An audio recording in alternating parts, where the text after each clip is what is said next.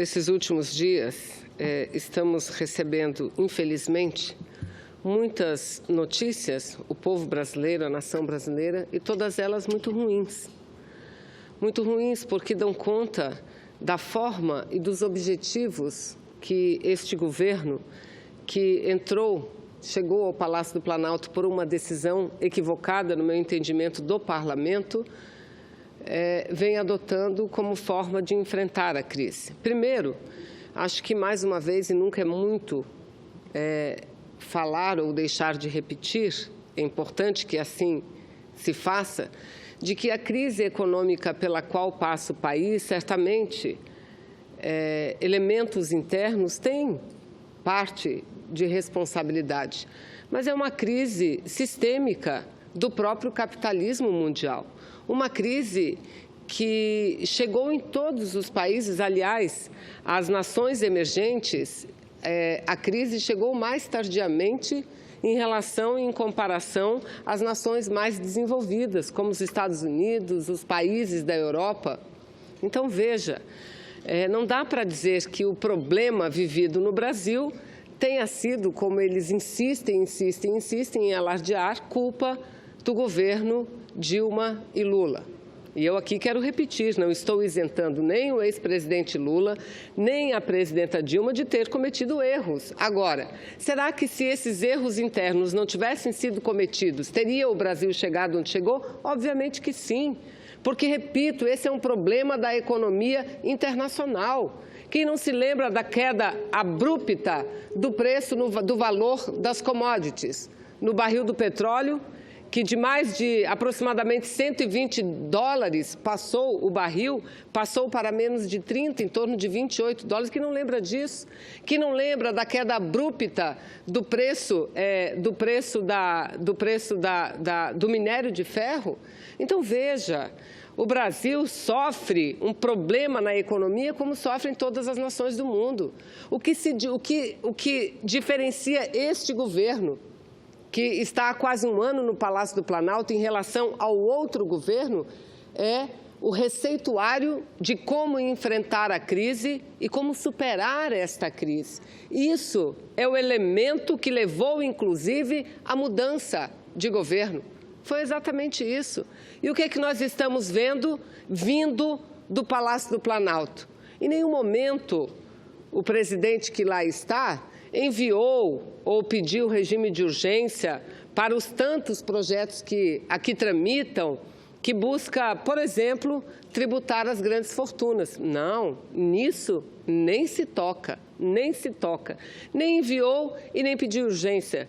Em nenhum momento o Congresso Nacional recebeu um projeto que tributa a distribuição de lucros e dividendos. O Brasil, no âmbito da OCDE, são 2 países apenas que não cobram tributos da distribuição de lucros e dividendos. Pois bem, não foi essa a prioridade. Não recebemos aqui nenhuma proposta capaz de enfrentar o nível insuportável de sonegação que acontece no Brasil, que, segundo estudiosos, reconhecidos até pelo próprio governo, o montante da sonegação, por exemplo, dos tributos que financiam o sistema de seguridade social no Brasil, é exatamente ou quase o mesmo do valor que se arrecada. Tanto que se arrecada, se sonega. Exatamente.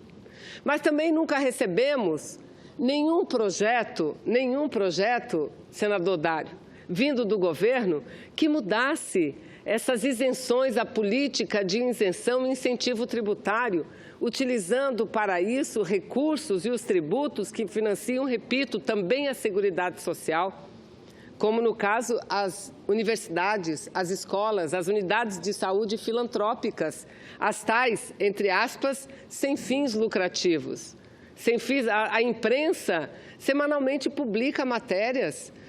São aproximadamente 60 bilhões que deixam de ser arrecadados, não da sonegação, a sonegação dá muito mais, apenas com esses incentivos.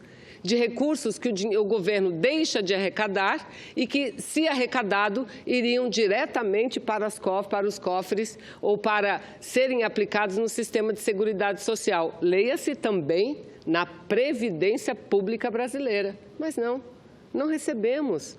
Qual a prioridade que o governo deu como medidas para tirar e superar a crise econômica? Vamos lá. Desengavetar um projeto que, aliás, nem devia estar na Câmara dos Deputados, visto que o presidente Lula, no ano de 2003, pediu para que ele fosse arquivado.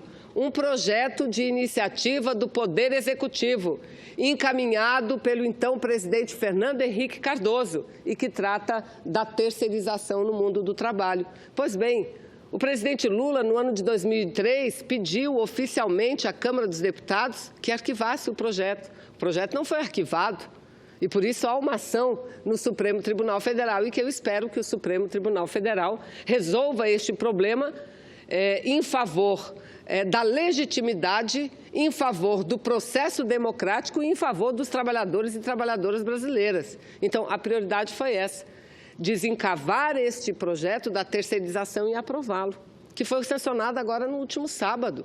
Não esperou nem a segunda-feira, senador Dário. Sancionou no último sábado, temendo que a rebelião instalada aqui no Senado Federal, a rebelião das senadoras e dos senadores, inclusive do seu próprio partido, que assinaram conjuntamente uma nota contrária à sanção desse projeto, que, longe de ajudar a resolver os problemas do Estado brasileiro, poderá fazer com que caia ainda mais a arrecadação. Aliás, foi por essa razão, por exemplo, que Espanha, que a Rússia estão fazendo o caminho da volta.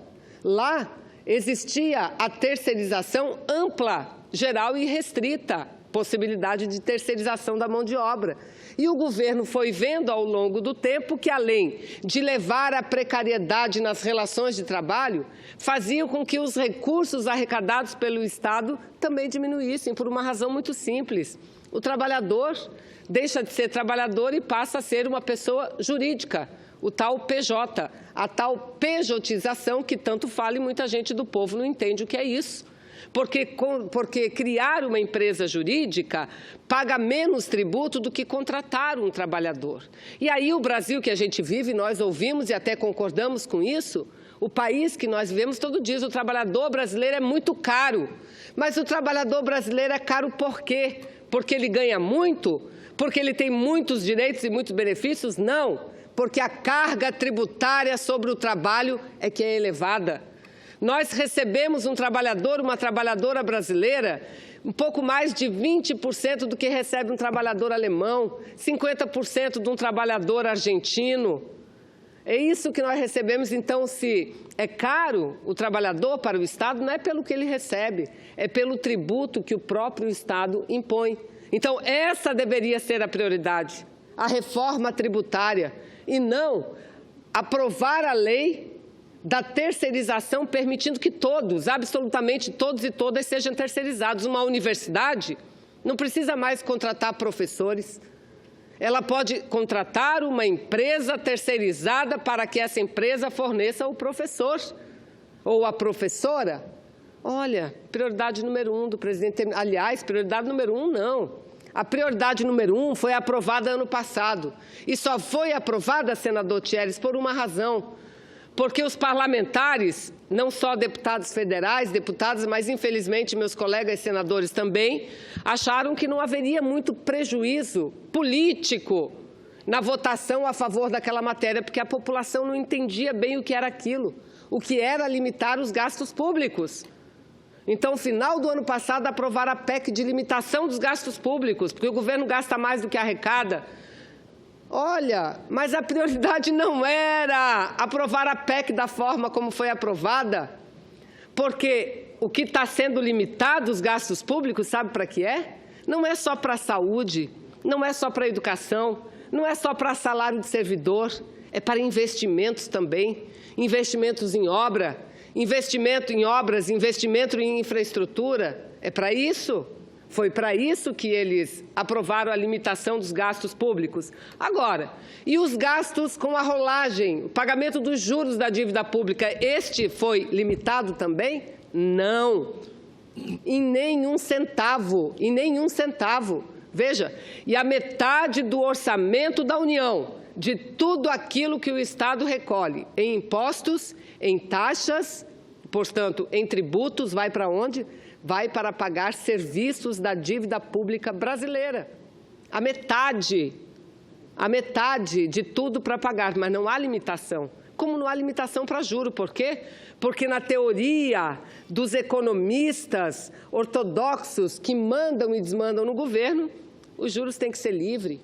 E quando há um problema de aumentar a inflação, aumenta muito os juros. E mesmo quando a inflação está em queda, o que eles fazem? Eles derrubam um pouquinho a taxa de juros, como estão fazendo agora, querendo enganar o país, dizendo que está diminuindo a taxa de juros. Não, a taxa de juros real não está diminuindo, porque a inflação cai mais rapidamente do que a taxa de juros. Então, apesar de haver diminuição dos juros, e houve nas últimas 2 reuniões do Copom, elas ainda foram insuficientes diante da queda da inflação. Porque o juros real que se aplica no Brasil, qual é? É o valor da taxa de juros diminuindo a inflação, porque parte daquela taxa é para recompor a perda monetária. Então, também está enganando a população, o povo brasileiro, está enganando a população, o governo, quando faz isso, quando aprova esse absurdo dessa PEC. Aí disseram, primeiro é a PEC do teto dos gastos e depois a reforma da Previdência. Ora, vamos discutir a reforma da Previdência, eu concedo a parte, mas primeiro deixa eu só, senador Dário, abrir aqui a questão da reforma da Previdência. Primeiro, vamos aqui recapitular. Dizem que o trabalho no Brasil é muito caro, que o trabalhador brasileiro custa muito caro. E eu confirmo, é caro não pelo que recebe, salário mínimo de pouco mais de R$ 900. O seguro-desemprego por alguns meses apenas, e que ele mesmo está pagando aquilo, porque, não é? Então, o que é caro não é o salário e o benefício que o trabalhador recebe diretamente. O que é caro é a forma que se tributa no Brasil. Porque, em vez de se tributar a riqueza, se tributa o quê? A produção. Isso é um equívoco. A produção. Está errado isso. Se tributa o trabalho. Então, repito, a prioridade deveria ser a reforma tributária. E na reforma da Previdência, dizem que ela é necessária e que, se não acontecer, o Brasil vai parar. Eles plantam o terror e colhem o mal e o pânico. É isso que eles fazem. Mas não estão conseguindo, sabe por quê? Porque, contra números, não há explicações, e os números são evidentes. O que eles estão acabando não são os privilégios. O que eles estão atingindo não são os que ganham mais, como disse mentirosamente, e eu falo isso com muita tranquilidade, há poucos dias, Fernando Henrique Cardoso, quando reuniu um conselho lá no Palácio Planalto, dizendo, não, só reclama contra a reforma da Previdência aquele que ganha mais. O trabalhador que ganha pouco não será afetado. Ora, como não? Esse não terá o limite de 65 anos de idade? A esposa aposentada, o marido também, quando morre o marido, a esposa não vai poder receber pensão dele, não, porque ela também ganha um salário mínimo. Não pode acumular, mesmo que seja uma aposentadoria de um salário e uma pensão de meio salário mínimo, não pode aposentar. E mais, corta a pensão pela metade. Aí ele diz, mentirosamente, que não atinge os mais pobres. É exatamente a parcela da sociedade brasileira que está sendo atingida. Aí reúne os líderes lá no Palácio do Planalto. Reúne os líderes, senador Dário, sabe o que diz? Reclamam? Há um erro na comunicação. A reforma da Previdência está tendo muita oposição por conta do erro na comunicação. Não há um erro na comunicação, aliás, eles estão tentando comunicar demais. Tanto que a Justiça, a cada dia, tira uma propaganda diferente do ar. Tanta comunicação que eles fazem. O problema é que o conteúdo da reforma é muito ruim. O conteúdo é para atingir a parcela mais pobre da população brasileira. Eu concedo a parte, senador Dário. Senadora Vanessa, obrigado pela parte. Eu queria ampliar um pouquinho a discussão a respeito de dois aspectos apenas, porque Vossa Excelência faz um pronunciamento que é bastante abrangente, que envolve bastantes temas de interesse nacional, mas da qual eu queria, inclusive, discutir e ampliar a discussão relativa à terceirização. Quanto ao aspecto que Vossa Excelência se referiu, a possibilidade de a terceirização ter sido tão ampla que uma universidade federal, por exemplo, vai poder terceirizar com uma empresa contratada a contratação de professores para efetivamente colocar na sala de aula. Eu até queria...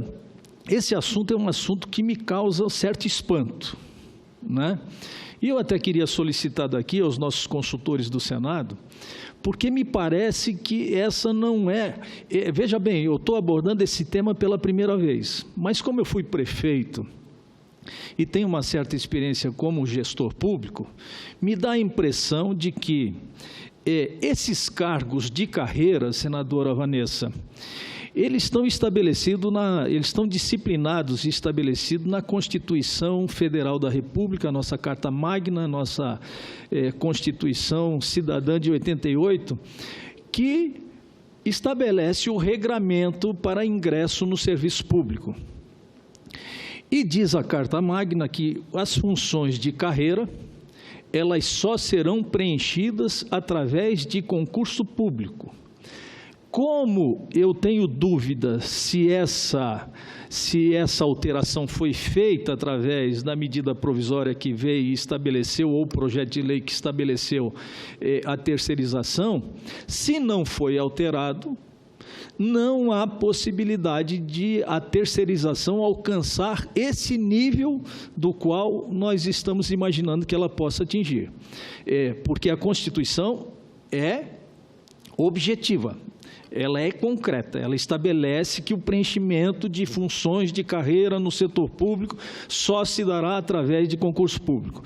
Como eu não me lembro e como eu não tenho conhecimento se esse assunto ele mereceu a revogação desse texto legal da Constituição, eu gostaria de ampliar essa discussão, inclusive, com uma assessoria mais adequada. A outra questão está relacionada fundamentalmente à remuneração, ao salário das pessoas.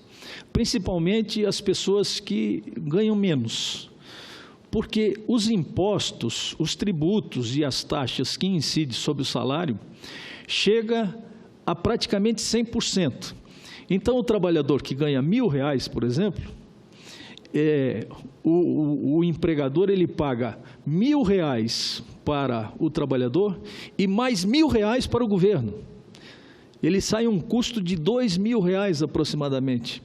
E que isso é impossível de a gente imaginar nos tempos atuais. Eu acho que esse tema eu levantei outro dia aqui da tribuna do Senado Federal, que nós tínhamos que encontrar uma outra alternativa para desonerar, vamos dizer assim, não a folha de pagamento, desonerar os impostos que incidem sobre o salário do trabalhador, para estabelecer uma segurança jurídica mais adequada e proporcionar um incentivo ao empregador de contratar o trabalhador.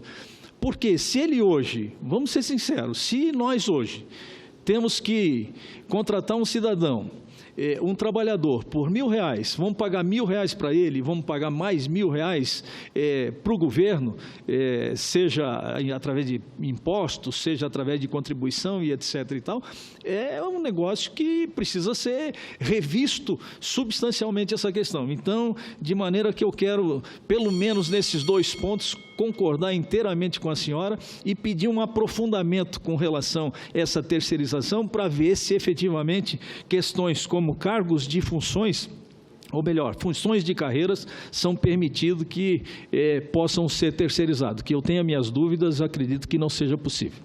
Eu agradeço a parte de Vossa Excelência, senador Dário, e também, como Vossa Excelência, fiz questão de registrar. Não dá para dizer que o custo do trabalho no Brasil é muito caro, porque quem diz isso parece que o trabalhador brasileiro ganha muito. Não. Os salários pagos no Brasil são dos menores do mundo. um dos menores do mundo. O que é caro é isso. Por quê? Porque equivocado está o sistema tributário brasileiro.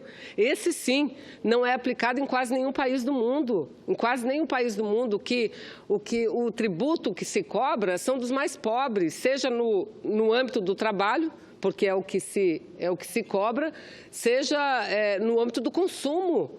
Porque, veja, o produtor, esse não paga tributo. Quem produz, por exemplo, quem produz vestuário, calçado, ele está lá, ele paga tanto de IPI, tanto... Não, isso tudo faz parte da planilha de custos e o preço é repassado para o consumidor. Então, muita gente, os mais humildes, aqueles que ganham tão pouco, que estão isentos do imposto de renda, eu escuto muito isso lá no meu estado. Mas, olha, senador, eu não pago imposto de renda, eu ganho muito pouco, eu não pago. Paga sim. Paga imposto cada vez que compra 1 litro de leite, uma caixa de fósforo, um sapato, 1 quilo de arroz, de feijão, está pagando imposto. Então, o país é injusto. Então, se a gente tem que mudar, o país tem que começar por aí, não começar errado, tirando daquele que não tem o que mais dar. Exigir 49 anos de contribuição, 65 anos de idade. A longevidade do povo brasileiro pode estar superior, um pouco mais do que 75 anos de idade. Mas lá no Norte e no Nordeste é 71. Ou seja, as pessoas vão morrer antes de se aposentar. Se isso passar, tirar o direito das mulheres dos 5 anos, eu tenho batido nessa tecla. A mulher não tem um bônus, não. A mulher tem um mínimo de uma compensação. E, aliás, os estudos mostram que as horas a mais que a mulher trabalha durante a sua vida laboral são exatamente os 5 anos que ela tem mais. E ela não só faz a tarefa, o trabalho doméstico, não. Ela faz e desempenha os cuidados que seriam do Estado e que o Estado não garante à família brasileira. A mulher tem mais qualificação e ganha menos, senador Regufe. Então, tirar isso é uma injustiça. Exigir que o trabalhador do campo se aposente só com 65 anos de idade e que contribua. Atualmente, são 15 anos de trabalho. Não, a proposta para a mudança é contribuição de 25 anos. Contribuição de 25 anos, com 65 anos de idade. Isso não vai existir. Trabalhador rural, mas no Brasil não vai pagar, ou seja, nós estamos diante de uma reforma da própria concepção do Estado brasileiro, de que Estado nós queremos. Porque o sistema de previdência social, que faz parte do sistema de seguridade social, é o maior programa social do Brasil. Maior, e não venham querer dizer que há déficit, por quê?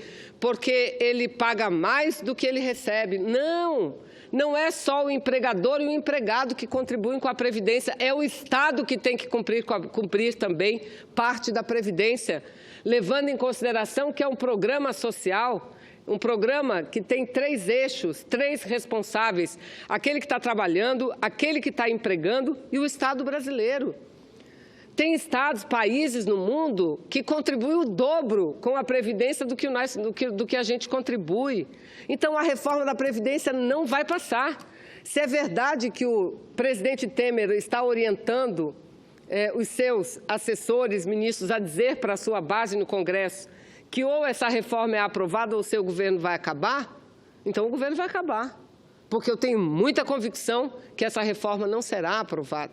E não tem remendo. Não tem remendo nela. O único remendo que teria é o seguinte: vamos discutir Previdência, então vamos discutir primeiro o financiamento da Previdência e depois a gente discute o resto.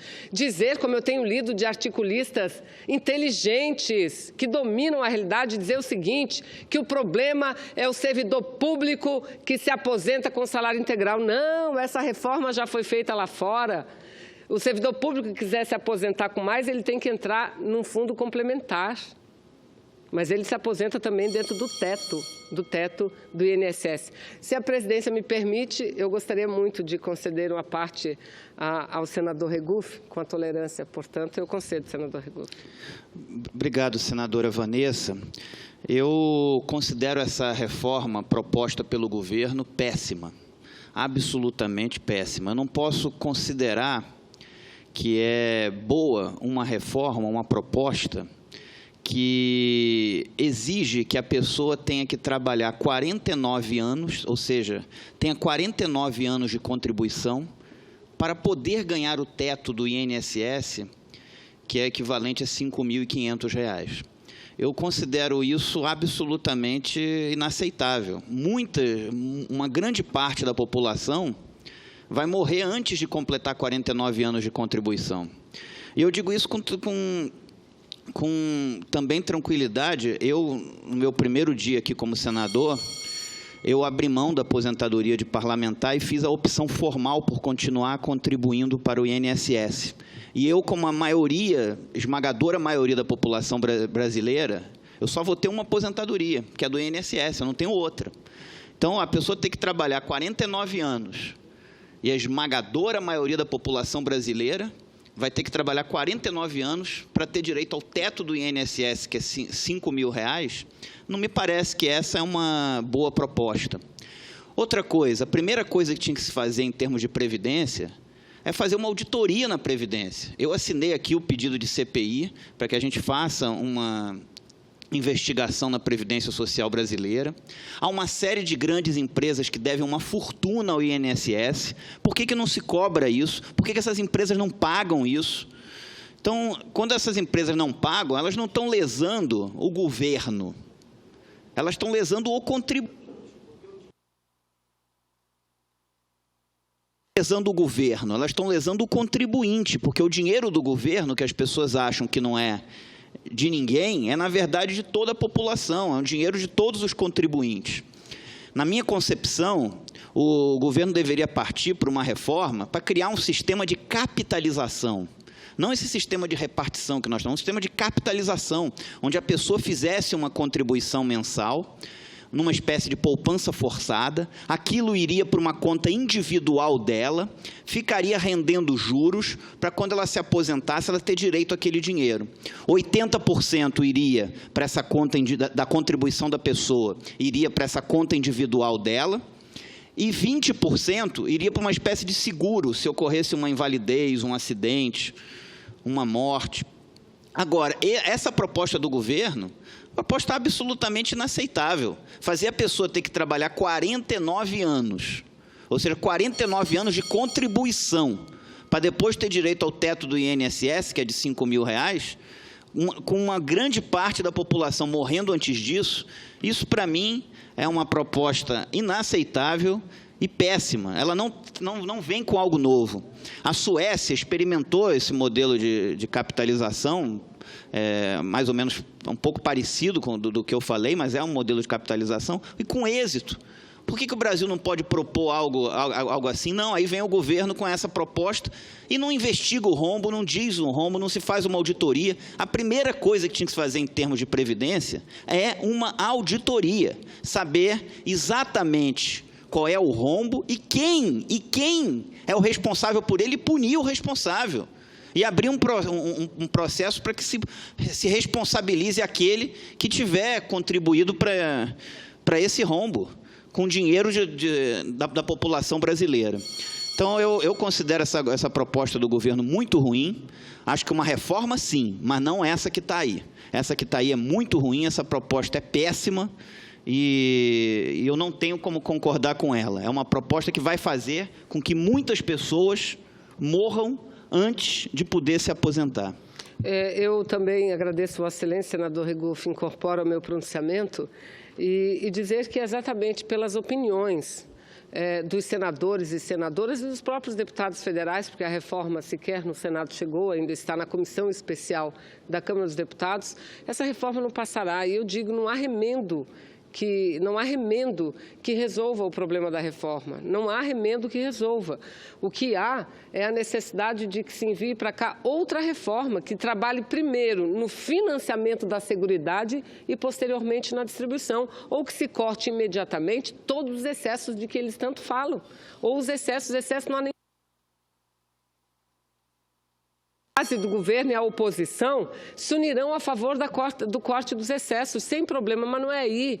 Não é? E os jornais mesmo, que têm apoiado muito esse governo, quem não sabe que os meios de comunicação ajudaram muito a que o Temer chegasse onde chegou, eles próprios estão fazendo críticas e dizendo que tem que fazer uma reforma tributária. A guerra fiscal está falindo os estados, o Rio de Janeiro está falido. O Rio de Janeiro está falido politicamente, economicamente, o Rio de Janeiro está... E se fizerem com todos os estados o que estão fazendo com o Rio de Janeiro, todos terão o mesmo destino. Eu não tenho dúvida nenhuma quanto a isso. Então, a reforma não passará, mas para concluir, presidente, Vossa Excelência me deu já um tempo bastante além do que eu tenho direito, eu só quero dizer o seguinte, que as notícias, eu comecei assim meu pronunciamento, dizendo que as notícias são ruins, porque além da reforma da Previdência, além da terceirização, além do teto dos gastos públicos, o que a gente lê no jornal? Está aqui, ó, Temer, mais da metade verbas para as políticas das mulheres. 61% foi diminuído de 42 milhões para 16 milhões a política brasileira de combate à violência contra a mulher. São essas notícias que nos chegam, Está outra matéria aqui, governo deixará de custear quase 400 unidades da farmácia popular, vai fechar. Um programa criado em 2004, que garante de forma gratuita ou com desconto de até 90% os medicamentos essenciais para uma quantidade significativa de doenças, vai fechar. São essas notícias, está errado. Enquanto isso, o capital rentista continua lucrando como nunca no Brasil, como nunca. Então, é preciso que a gente sente e que a gente veja que o que fizeram, se foi para melhorar o Brasil, o que nós estamos vendo é um caminho que está